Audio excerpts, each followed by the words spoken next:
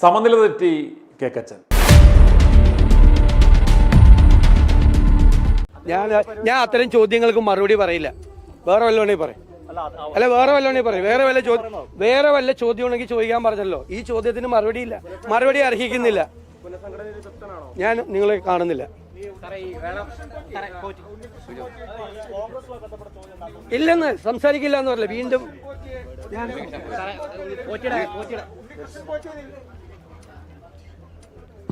പ്രിയപ്പെട്ട പ്രേക്ഷകരെ, i2i news mission 60 ആരംഭിച്ചിട്ട് ഇന്ന് അതിൻ്റെ 55 ദിവസങ്ങൾ പിന്നിടുന്നു. അതുപോലെ വിശാല ലക്ഷ്യത്തോടെ നമ്മൾ ആരംഭിച്ച മിഷൻ 250യുടെ 5ാം ദിനവും. ഈ 55 ദിവസങ്ങൾക്കുള്ളിൽ കേരള രാഷ്ട്രീയ ചരിത്രത്തിൽ ആ മുഖ്യമന്ത്രി കസേര ലക്ഷ്യം വെച്ച് മുന്നോട്ട് വന്ന വി.ഡി. സതീശൻ എന്ന ആ കേക്കച്ചൻ്റെ നിലവിലെ അവസ്ഥ എന്താണെന്ന് കഴിഞ്ഞ ദിവസം നമ്മൾ ഒന്ന് അപഗ്രഥിക്കുകയുണ്ടായി. ഇന്ന് ഞങ്ങൾ ചർച്ച ചെയ്യുവാൻ ആഗ്രഹിക്കുന്നത് സമനില തെറ്റിയ ആ കേക്കച്ചനെ കുറിച്ചാണ്. ഈ ചർച്ചയിൽ എന്നോടൊപ്പം പങ്കുചേരുന്നത് ശ്രീ CM രാജേന്ദ്രനാണ്. അദ്ദേഹത്തെ സ്വാഗതം ചെയ്യാം. രാജേന്ദ്രൻജി, ഇന്ന് മാധ്യമങ്ങൾ ശ്രദ്ധിക്കുമ്പോൾ നമുക്കൊരു കാര്യം മനസ്സിലാകും.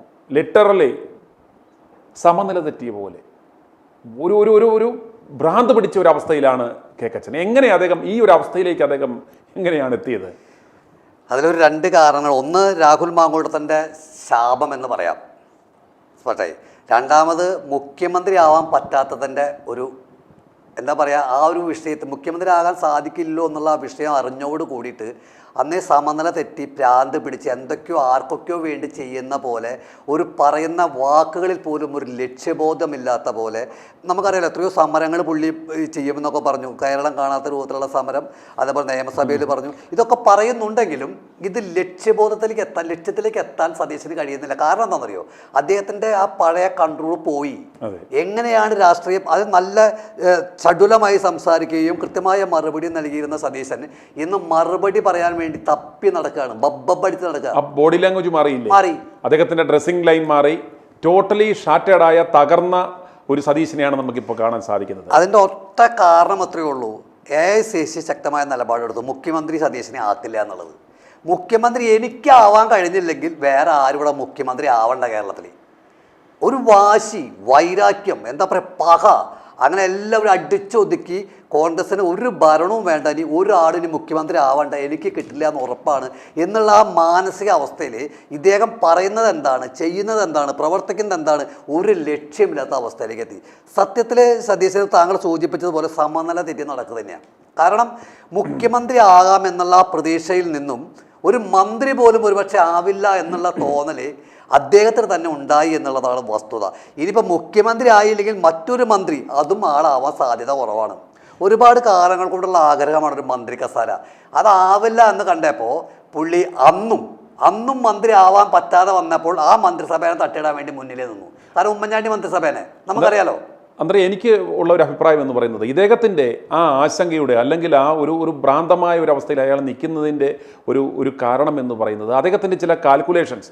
ആ കാൽക്കുലേഷൻ അങ്ങ് പറഞ്ഞതുപോലെ ഒരു മുഖ്യമന്ത്രി ആകാൻ സാധിക്കാത്തതിൻ്റെ ആണെന്ന് ഞാൻ കരുതുന്നില്ല. കാരണം നമ്മൾ തുടക്കം മുതലേ പറഞ്ഞിരുന്നു, ഇയാൾക്ക് കൃത്യമായിട്ടറിയാം ആ പദവിയിൽ വേറെ ക്ലെയിം വരും, അവസാന നിമിഷം വേറെ ആമ്പിള്ളാർ വരുമെന്ന് ഇയാൾക്ക് കൃത്യമായിട്ടറിയാം. അന്നേരം അതുകൊണ്ട് തന്നെയാണ് ഈ 2016-ലും 2021-ലും ഇയാൾ ഈ കോൺഗ്രസ്സിന് ഭരണം നഷ്ടപ്പെടുത്തിയവനാണ് എന്ന് നമ്മൾ കൃത്യമായി പറഞ്ഞ കാര്യമാണ്.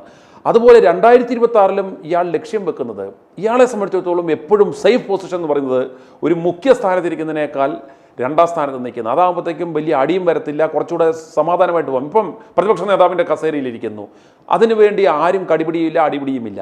ആ പദവിയിൽ ഇരുന്ന് കഴിഞ്ഞാൽ സകല കള്ളത്തരത്തിൻ്റെയും കള്ളക്കമ്പട്ടത്തിൻ്റെയും ഒരു പങ്ക് കിട്ടുകയും ചെയ്യും.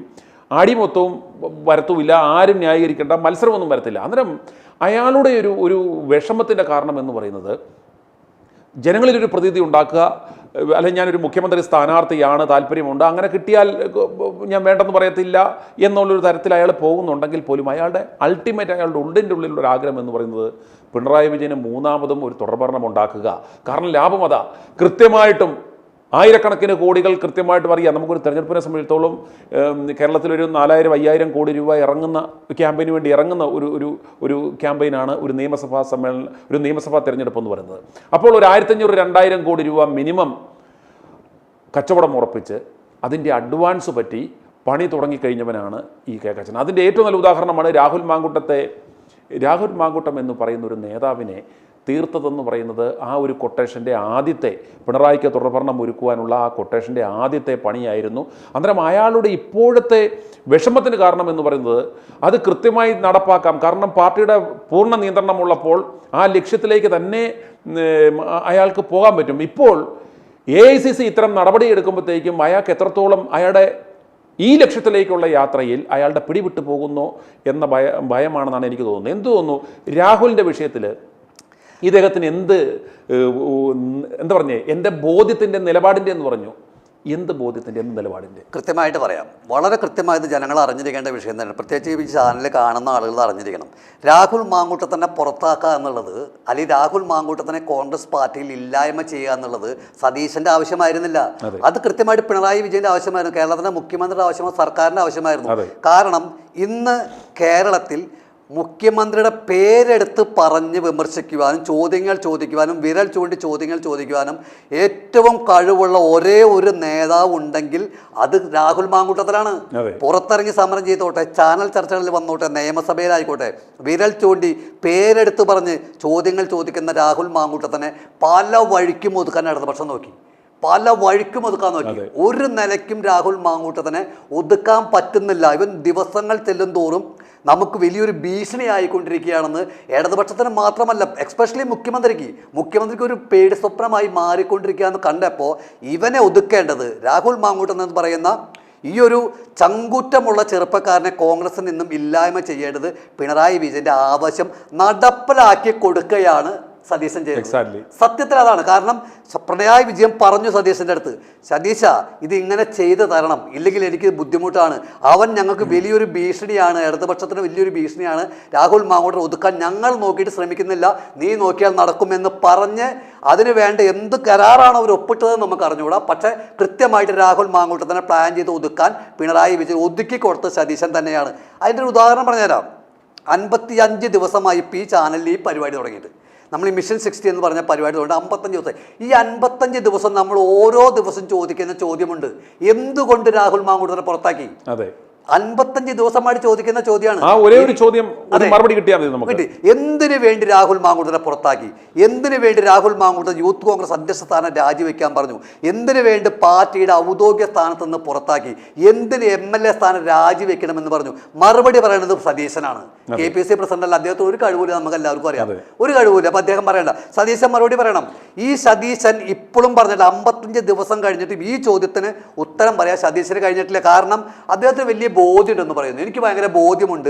എന്റെ ബോധ്യത്തിന്റെ അടിസ്ഥാനത്തിൽ എന്ത് ബോധ്യം? ആ ബോധ്യം ജനങ്ങളോട് 55 ദിവസമായിട്ടും അദ്ദേഹത്തിന് പറയാൻ സാധിച്ചിട്ടുണ്ടോ? അത് പറയണ്ടേ? അതെ, ആ ബോധ്യം പറഞ്ഞു കഴിഞ്ഞാൽ ഇതാണ് എനിക്ക് ഉത്തമ ബോധ്യമുള്ള കാര്യം. ഇതാണ് 3 വർഷത്തിന് മുമ്പേ എൻ്റെ കയ്യിൽ പരാതികൾ കിട്ടിയെന്ന് പറയുന്നു, അല്ലെങ്കിൽ എനിക്ക് ബോധ്യമുള്ള തെളിവുള്ള കാര്യങ്ങൾ ഇതാണ് എന്ന് ഇദ്ദേഹം പറയുകയാണെങ്കിൽ ആ ചോദ്യം അവിടെ നിൽക്കും, എല്ലാ പ്രശ്നങ്ങളും തീരും. അല്ല, അവിടെ ഒരു പ്രശ്നം എന്തേ, 3 വർഷം മുമ്പ് സതീശന് പരാതി കിട്ടിയിട്ടുണ്ടെങ്കിൽ രാഹുൽ മാങ്കൂട്ടത്തിൽ യൂത്ത് കോൺഗ്രസ് പ്രസിഡന്റ് എത്ര വർഷമായി?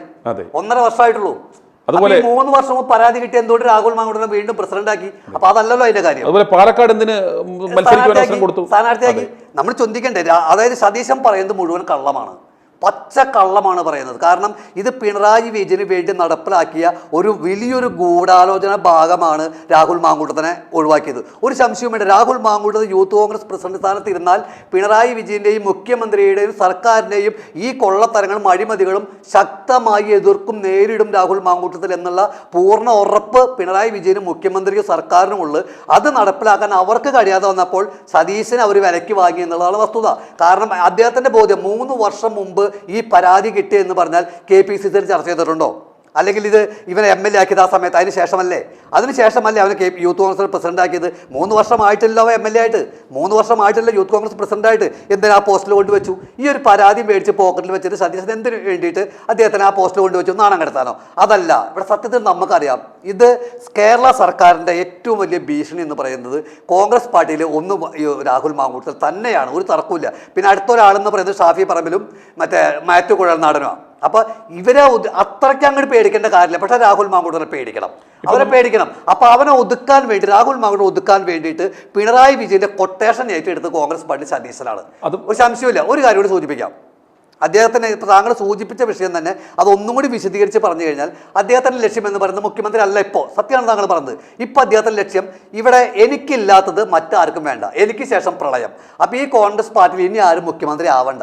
ഈ ഒരു വർഷം തന്നെ അടുത്ത പ്രാവശ്യം ആക്കാൻ പോകില്ല. കഴിഞ്ഞ 2 തെരഞ്ഞെടുപ്പിൽ 16-ലും 21-ലും നമ്മൾ കണ്ടു ഇവിടെ കേരളത്തിലെ ഭരണം നഷ്ടപ്പെടുത്തിയത്, ഉമ്മൻചാണ്ടിയുടെ തുടർ ഭരണം നഷ്ടപ്പെടുത്തിയ ഏക വ്യക്തി എന്ന് പറയുന്നത് സതീശനും CM പ്രതാപനുമാണ്. ഇവർ രണ്ടുപേരും, അതിനൊപ്പം സുധീരനും, ഇവരാണ് അതിന് മുന്നിൽ നിന്നത്. ഈ സതീശൻ തന്നെയാണ് തുടർഭരണം നഷ്ടപ്പെടുത്തിയത്. 100-110 സീറ്റ് മേടിച്ച് ഉമ്മൻചാണ്ടി അധികാരത്തിൽ വരേണ്ട ആ സ്ഥിതിവിശേഷം ഉണ്ടായിരുന്നത് മാറി മറിഞ്ഞത് വെറും ഒറ്റ മാസം കൊണ്ടാണ്. അത് മാറ്റിമറിച്ച് സതീശനാണ്. സതീശൻ പബ്ലിക്കായിട്ട് ഇറങ്ങി നിന്നുകൊണ്ട് പരസ്യമായിട്ട് വാർത്താ സമ്മേളനം നടത്തുകയും അതുപോലെ തന്നെ പബ്ലിക് യോഗങ്ങളിൽ പ്രസംഗിക്കുകയും ചെയ്തു. ഉമ്മൻചാണ്ടി അഴിമതിക്കാരനാണ്, കേരളം കണ്ട ഏറ്റവും വലിയ അഴിമതി സർക്കാരാണെന്ന് പറഞ്ഞ് ആ തുടർഭരണം നഷ്ടപ്പെടുത്തി. 2021-ലും ഇതുപോലെ തന്നെ കോൺഗ്രസിന് ഭരണം കിട്ടുമ്പോൾ ഈ ആക്രാന്തം മൂത്ത ഭ്രാന്ത് പിടിച്ച സതീശൻ അന്നും ഇതുപോലെ സമ്മതം തെറ്റി നഷ്ടപ്പെടുത്തി. ഇപ്പോഴും മുഖ്യമന്ത്രി സ്ഥാനം കിട്ടില്ല എന്നുള്ളത് ഉറപ്പിച്ചപ്പോൾ ഈ പാർട്ടിയെ നശിപ്പിക്കാൻ വേണ്ടി കൊട്ടേഷൻ ഏറ്റെടുത്തു. അങ്ങനെ രാഹുൽ മാങ്കൂട്ടത്തിലൂടെ തുടങ്ങി. രാഹുൽ മാങ്കൂട്ടം ഇനി ഭരണം കിട്ടും, കാരണം അവരുടെ ലക്ഷ്യത്തിലേ ഉള്ളൂ, എനിക്ക് ഭരണം കിട്ടുന്നേ. അതിലും വലിയൊരു പോസ്റ്റാണ് പ്രതിപക്ഷ പോസ്റ്റ് എന്ന് പറഞ്ഞു കഴിഞ്ഞാൽ. മുഖ്യമന്ത്രിക്ക് തത്തുല്യ പോസ്റ്റാണ് സ്പീക്കർ, മുഖ്യമന്ത്രി, പ്രതിപക്ഷ നേതാവ്. അങ്ങനെയാണ് എൻ്റെ ഓർഡർ. അപ്പോൾ പ്രതിപക്ഷ നേതാവ് ഒരു ക്യാബിനറ്റ് പദവിയിലിരിക്കുന്ന ഒരാളാണ്. അദ്ദേഹത്തിന് ആഡംബര വാഹനങ്ങളുണ്ട്, ആഡംബര സൗധമുണ്ട്, ഒരുപാട് ജോലിക്കാരുണ്ട്, അണികളുമുണ്ട്. അപ്പോൾ അത് മതി. ഒരു ക്യാബിനറ്റ് പദവിയിൽ ആൾത്തിരിക്കാൻ മുഖ്യമന്ത്രി ആവണമെന്നില്ല. ഈ പേരിൽ കോൺഗ്രസ്സുകാരെ മുഖ്യമന്ത്രിയാക്കാൻ ആൾ സമ്മതിക്കില്ല എന്ന് പിണറായി വിജയന് കൊടുത്ത വാക്ക് പാലിച്ചുകൊണ്ടിരിക്കുകയാണ് സതീശൻ. ഇദ്ദേഹത്തെ കോൺഗ്രസ് പ്രവർത്തകർ ചെയ്യേണ്ട ഒറ്റ കാര്യമുള്ളൂ, ഇദ്ദേഹത്തെ രാജിവെപ്പിക്കാൻ നിങ്ങൾ തെരുവിൽ സമരം ചെയ്യണം. ആ രാജിവെപ്പ് പാർട്ടി നന്നാവും, അല്ലാണ്ട് നന്നാവൂല. അതാണ് ലക്ഷ്യം. അതുപോലെ ഇപ്പൊ പറഞ്ഞ പോലെ ഇദ്ദേഹത്തിന് ഇപ്പോൾ ഒരു ആരോപണം വന്നപ്പോൾ, അല്ലെ ആദർശശുദ്ധി, അല്ലെങ്കിൽ ഒരു കരുത്തനായ നേതാവ് എന്നൊക്കെ കാണിക്കാൻ വേണ്ടി അദ്ദേഹം ഇപ്രകാരം ഒരു നടപടി എടുത്തെങ്കിൽ പോലും ഒരാഴ്ചക്കുള്ളിൽ രാഹുലിനെതിരെ ഒരു നടപടിയെടുത്തപ്പോൾ ഒരു ജനങ്ങളുടെ ഒരു വികാരം കണ്ടു. എത്രത്തോളം ജനങ്ങൾ അതിനെ എതിർക്കുന്നു, ജനങ്ങൾ ഇയാളോടൊപ്പമുണ്ട്. തങ്ങളുടെ അത് പാർട്ടിയെ കാര്യമായി, വ്യക്തി എന്നതിലുപരി പാർട്ടിയെ ഇത് വളരെ സാരമായി ബാധിക്കും ഇപ്രകാരം ഒരു നടപടിയെടുത്താൽ എന്ന് ജനങ്ങളുടെ ആർപ്പുളി കേട്ടപ്പോഴെങ്കിലും ഇദ്ദേഹത്തിൻ്റെ നിലപാട് കറക്റ്റായിരുന്നുവെങ്കിൽ, ഇദ്ദേഹം പാർട്ടിയെ സ്നേഹിക്കുന്ന ഒരു വ്യക്തിയായിരുന്നെങ്കിൽ അപ്പോൾ മനസ്സിലാവും ഇത് നമ്മൾ എടുത്ത തീരുമാനം തെറ്റി എന്ന് മനസ്സിലായ ഇയാൾ എന്ത് ചെയ്യുമായിരുന്നു. ആ ഒരാഴ്ചക്കുള്ളിൽ ഇയാൾ പറഞ്ഞിരുന്നു, ഇതാ ഒരാഴ്ചക്കുള്ളിൽ ഞങ്ങൾ പ്രാഥമികമായ ഒരു അന്വേഷണം നടത്തി, ഇതുവരെ പരാതിക്കാരില്ല, ഇതിനകത്ത് തെളിവുകളില്ല, ആരോപണം ഉന്നയിച്ചവർ പോലും വരുന്നില്ല, അതുകൊണ്ട് അല്ലേ പോട്ടെ ഇന്ന് 55 ദിവസം, ഈ 5 ദിവസം പോട്ടെ, ഈ 55 ദിവസം പോകുമ്പോൾ ഇയാളല്ലെങ്കിൽ ഈ 50 ദിവസം എത്തുമ്പോഴെങ്കിലും ഇദ്ദേഹത്തിന് പറയാമായിരുന്നു ഞങ്ങളിതാ 50 ദിവസം കാത്തു. 50 ദിവസമായിട്ടും പരാതിക്കാരെവിടെ, തെളിവെവിടെ, പോലീസിന്റെ റിപ്പോർട്ട് എവിടെ? ഇത് ആസൂത്രിതമായ, ഇതിനു മുമ്പ് ഉമ്മൻചാണ്ടിയെ തന്നെ അവർക്ക് ചൂണ്ടിക്കാണിക്കാം, ഇതേപോലെ ബലിയാടായ ആൾ ഞങ്ങളുടെ പാർട്ടിയിൽ തന്നെയുണ്ട്, അതുകൊണ്ട് 50 ദിവസം ഞങ്ങൾ കാത്തു, അതുകൊണ്ട് ഇനി ഒരു ദിവസം ഞങ്ങൾ കാക്കില്ല, ഇത് ഞങ്ങളുടെ പാർട്ടിയെ നശിപ്പിക്കുവാനുള്ള ഒരു എഫേർട്ടായിരുന്നു, ഇത് സംഘടിതമായൊരു ശ്രമമായിരുന്നു, അതിനെ ഞങ്ങൾ അനുവദിക്കത്തില്ല, ഞങ്ങളുടെ ആ യുവനേതാവിനെ ഞങ്ങൾ തിരിച്ചെടുക്കുകയാണ്, ഞങ്ങൾ അദ്ദേഹത്തിൻ്റെ ആ തിരികെ എടുത്ത യൂത്ത് കോൺഗ്രസ് അധ്യക്ഷ പദവി അദ്ദേഹത്തിന് തിരികെ നൽകുന്നു എന്ന് പറയുകയാണെങ്കിൽ ഈ ആളുകളുടെ എല്ലാം ജനകീയ വികാരം ഈ പാർട്ടിക്കും സതീശനും അനുകൂലമാകുമായിരുന്നു. ഇന്ന് ഈ കാണുന്ന തമ്മിലടി, അതായത് ഇന്നിപ്പോൾ എന്താണ്, പാർട്ടിയിൽ ഒരു മിടുക്കനായ ഒരു യുവനേതാവിനെ ഇവന്മാർ വെറും ആരോപണത്തിന്റെ പേരിൽ ഒഴിവാക്കി വെച്ചിട്ട് അബിൻ വർക്കിയാണോ കൊള്ളാവുന്നത്, ചുള്ളിക്കമ്പാണോ കൊള്ളാവുന്നത്, മറ്റവനാണോ കൊള്ളാവുന്നത് പറഞ്ഞ് ഇവന്മാർ തമ്മിലടിയും ഇടിനാശം നടത്തിക്കൊണ്ടിരുന്നത്. ഇതിന്റെ വല്ലതും ആവശ്യമുണ്ടായിരുന്നോ? അതിന്റെ ആളുകൾ ഇപ്പോഴും അടങ്ങിയിട്ടില്ല. അതുകൊണ്ടാണ് ITV ന്യൂസ് തുടക്കം മുതൽ പറയുന്നത് ഈ മിഷൻ 16 നമ്മൾ ആരംഭിച്ചത്.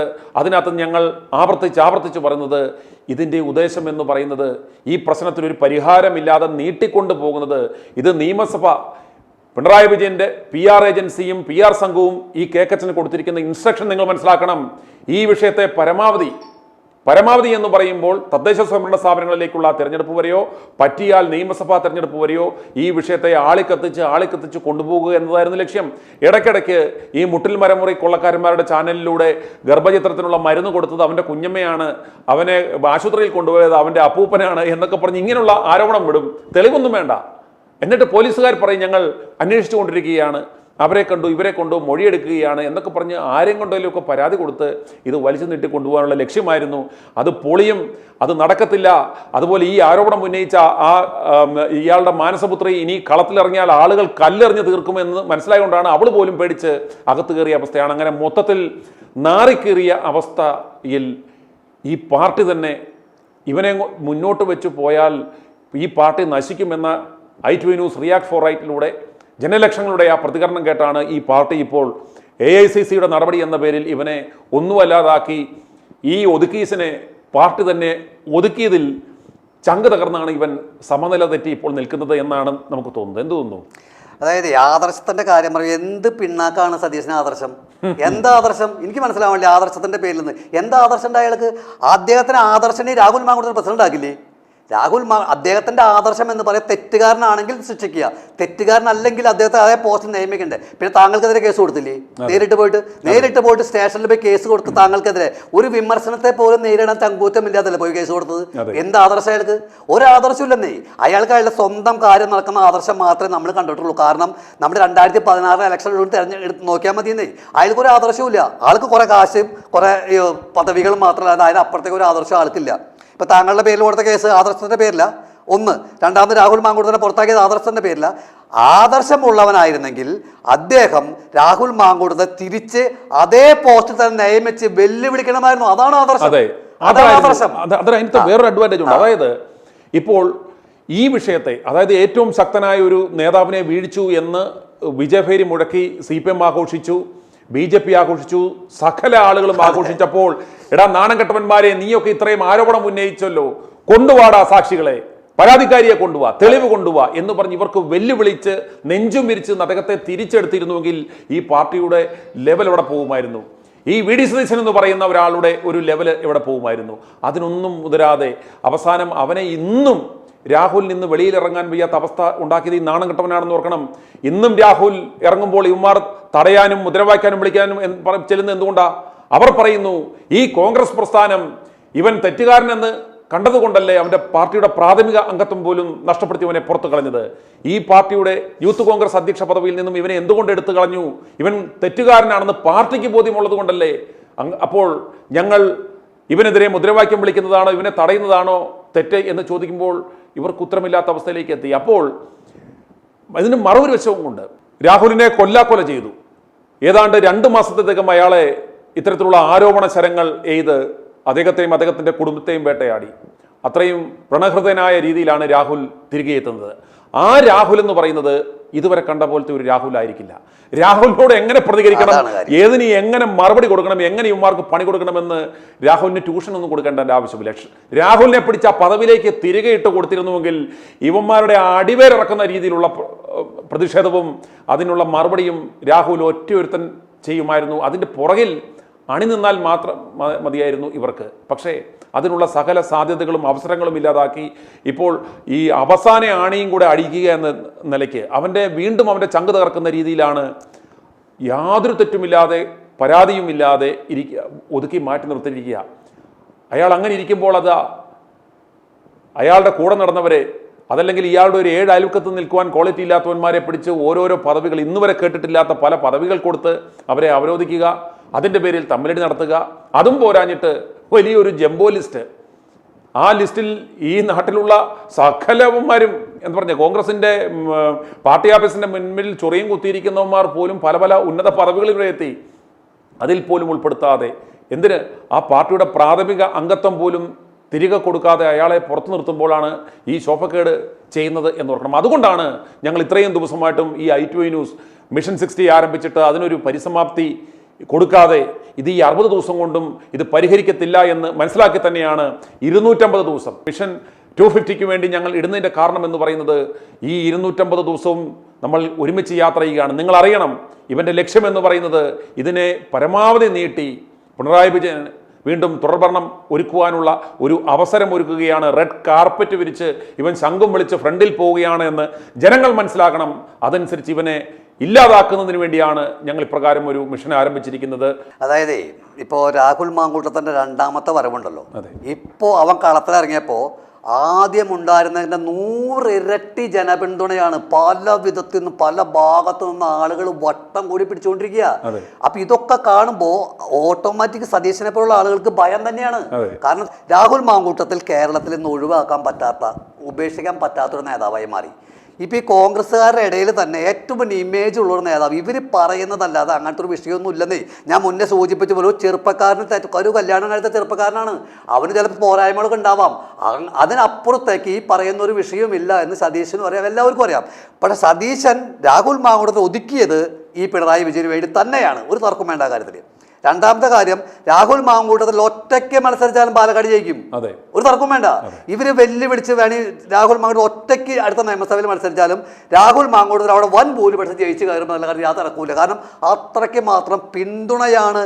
ഇത്രയും വലിയ കാര്യങ്ങൾ പാർട്ടിയിലെ പ്രതിപക്ഷ നേതാവ് സതീശൻ ഉന്നയിച്ചിട്ട് പോലും, വലിയ കുറ്റങ്ങൾ പറഞ്ഞിട്ട് പോലും ഇതുപോലൊരു പിന്തുണ രാഹുൽ മാങ്കൂട്ടത്തിൽ കിട്ടുന്നുണ്ടെങ്കിൽ അത് അവൻ്റെ വ്യക്തിപരമായ കഴിവാണ്, പാർട്ടിയുടെ കഴിവല്ല. അതുപോലെ തന്നെ യൂത്ത് കോൺഗ്രസിലെ അണികൾക്ക് ഒരു ധൈര്യമുണ്ടായിരുന്നു. ഞങ്ങളുടെ മുന്നിൽ ഞങ്ങളെ നയിക്കാനൊരു നേതാവുണ്ട് എന്നുള്ളതാണ് രാഹുൽ മാങ്കൂട്ടത്തിൽ ഉണ്ടായിരുന്നു. ഇപ്പം അതില്ല. അപ്പോൾ യൂത്ത് കോൺഗ്രസിൻ്റെ ഒരു വിഭാഗം ആളുകൾ ഇപ്പോൾ അസ്വസ്ഥരാണ് രാഹുൽ മാങ്കൂട്ടത്തിൻ്റെ വിഷയത്തിൽ. രാഹുൽ മാങ്കൂട്ടം തിരിച്ച് അതേ പോസ്റ്റിലേക്ക് കൊണ്ടുവരേണ്ടി വരും എന്ന് സതീശന് അറിയാവുന്നത് കൊണ്ട് തന്നെയാണ് ഇത് ചടപടാ നിങ്ങൾ ചില തീരുമാനങ്ങളൊക്കെ എടുത്തത്. എടുത്ത തീരുമാനം സതീശന് പണിയും കിട്ടി. അതാണ് വസ്തുത. സത്യത്തിൽ സതീശന് പണി കിട്ടി. സതീശൻ ഉദ്ദേശിച്ച കാര്യങ്ങളൊന്നും നടന്നില്ല. രാഹുൽ മാങ്കൂട്ടത്തിന് ആദ്യത്തെക്കാൾ ഇരട്ടി പിന്തുണയായി. ഇപ്പം നമ്മൾ ഉൾപ്പെടെ എന്താണ് പറയുന്നത്? നമുക്ക് കോൺഗ്രസ്സുകാർ നന്നാവണമെന്ന് ആഗ്രഹമുള്ളൂ. അല്ലാതെ കോൺഗ്രസിന് ദോഷം വരുന്ന ഒരു പ്രവർത്തി നമ്മൾ പറഞ്ഞതിൽ ചെയ്യുന്നില്ല. രാഹുൽ മാങ്കൂട്ടത്തിൽ വിഷയത്തിൽ സതീശനടുത്ത നിലപാട് കോൺഗ്രസ് പാർട്ടി എന്ന് പറയാൻ കഴിയില്ല. കോൺഗ്രസ് നേതാക്കന്മാർ ആരും അത്ര നീചമായിട്ട് അവരോട് പെരുമാറിയിട്ടില്ല, 1-2 നേതാക്കന്മാർ ഒഴിച്ച്. അപ്പോൾ കോൺഗ്രസ് പാർട്ടി എന്ന് പറയാൻ കഴിയില്ല. സതീശനെടുത്തിട്ടുള്ള ഈ തീരുമാനം 100% തെറ്റായിരുന്നു എന്ന് വ്യക്തമായ ധാരണയുടെ അടിസ്ഥാനത്തിൽ തന്നെയാണ് ഇപ്പോഴും 55 ദിവസമായിട്ടും ഈ ചാനൽ ഈ കാര്യം പറഞ്ഞുകൊണ്ടിരിക്കുന്നത്. അല്ലാതെ സതീശനോട് ദേഷ്യമായിട്ടല്ല. അതെ, തീർച്ചയായിട്ടും. ഇപ്പോൾ സതീശനോടോ അതല്ലെങ്കിൽ ഈ പാർട്ടിയോടോ വ്യക്തിപരമായി ഞങ്ങൾക്ക് യാതൊരു വിരോധവുമില്ല. ഇതിൻ്റെ ഒരു നന്മയെ കരുതി, അതല്ലെങ്കിൽ ഒരു ഭരണമാറ്റം ഉണ്ടാവണം, ജനഹിതം അതാണ് എന്ന് മനസ്സിലാക്കി തന്നെയാണ് ഇപ്രകാരം ഒരു ഇനീഷ്യേറ്റീവ് ഞങ്ങൾ എടുത്തേക്കുന്നത്. പക്ഷേ അതിന് വിഘാതമായി നിൽക്കുന്ന, പിണറായി വിജയൻ്റെ തുടർഭരണത്തിന് അവസരമൊരുക്കുവാൻ കാത്തു നിൽക്കുന്ന ഈ വി.ഡി. സതീശൻ എന്ന് പറയുന്ന ആ കപട വ്യക്തിയുടെ മുഖംമൂടിയാണ് ഞങ്ങൾ ഇതിലൂടെ വലിച്ചു കീറുവാൻ ആഗ്രഹിക്കുന്നത്. ഇയാൾ ഇന്ന് പൊട്ടിക്കേറി മാധ്യമങ്ങളുടെ മുന്നിൽ അവരോട് തട്ടിക്കയറുമ്പോഴും അയാളുടെ ആ ബോഡി ലാംഗ്വേജ് കംപ്ലീറ്റ് മാറി പേ പിടിച്ച പോലെ നടക്കുന്നതിൻ്റെയും ഉദ്ദേശം നമ്മൾ മനസ്സിലാക്കണം. അയാളുടെ പദ്ധതികൾ AICC ഈ വിഷയത്തിൽ ഇടപെട്ട് കഴിഞ്ഞു. അയാളുടെ ആ പിടിയിലുള്ള സകല നിയന്ത്രണവും വിട്ടുപോകുന്ന അയാൾക്ക് മനസ്സിലാകുന്നു. മാറ്റങ്ങൾ വരുന്നു. അപ്പോൾ അയാളുടെ ലക്ഷ്യം സാധിക്കാതെ വരുമോ എന്ന ഭയം, അതിലെല്ലാം ഉപരി തീർക്കുവാൻ നോക്കിയ രാഹുൽ മാങ്കൂട്ടത്തിൽ നാൾക്ക് നാൾ അയാളുടെ ഇമേജ് വർദ്ധിച്ചു വരുന്നു, അയാളുടെ ജനപ്രതിനിധി വർദ്ധിച്ചു വരുന്നു, അദ്ദേഹത്തോടുള്ള താല്പര്യം വർദ്ധിച്ചു വരുന്നു. അതുപോലെ ജനങ്ങൾ ആവശ്യപ്പെടുന്നു പറവൂരിൽ വി.ഡി. സതീശന് എതിരായി സ്ഥാനാർത്ഥിയായി നിന്ന് മത്സരിച്ച് വിജയിക്കണം എന്ന ഒരു അവസ്ഥയിലേക്ക് വരുന്നു. അപ്രകാരം ഒരു അവസ്ഥയിലേക്ക് വരുന്ന കണ്ടപ്പോൾ ഇയാൾക്ക് മൊത്തത്തിൽ ഭ്രാന്ത് പിടിച്ച ഒരു അവസ്ഥയാണ്. അയാളുടെ കാൽക്കുലേഷൻസ് എല്ലാം പോകുന്നു. രാഹുലിനെ ഒതുക്കുവാൻ ശ്രമിച്ച ആ കേക്കച്ചനെ ഇപ്പോൾ പാർട്ടി തന്നെ ഒതുക്കുവാൻ പോകുന്ന ഒരു ലക്ഷണം കണ്ട് വെകളി പിടിച്ചിരിക്കുകയാണ്.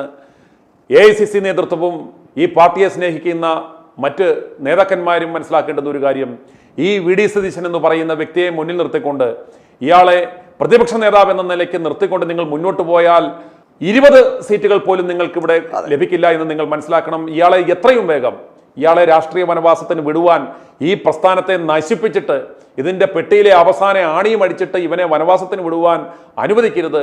അതിനു മുമ്പായി എത്രയും വേഗം കെ സുധാകരനെ നിങ്ങൾ എന്തിനെടുത്ത് മാറ്റിക്കളഞ്ഞു? ആ ആർജവവും ആ ആവേശവും എന്തുകൊണ്ട് ഈ കുത്തിത്തിരിപ്പുകാരനായ ഈ കേക്കച്ചനെതിരെ നിങ്ങൾക്ക് നടപടിയെടുക്കുവാൻ സാധിക്കുന്നില്ല? എത്രയും വേഗം ആ പ്രതിപക്ഷ നേതാവ് സ്ഥാനത്തു നിന്നും ഇയാളെ മാറ്റുക.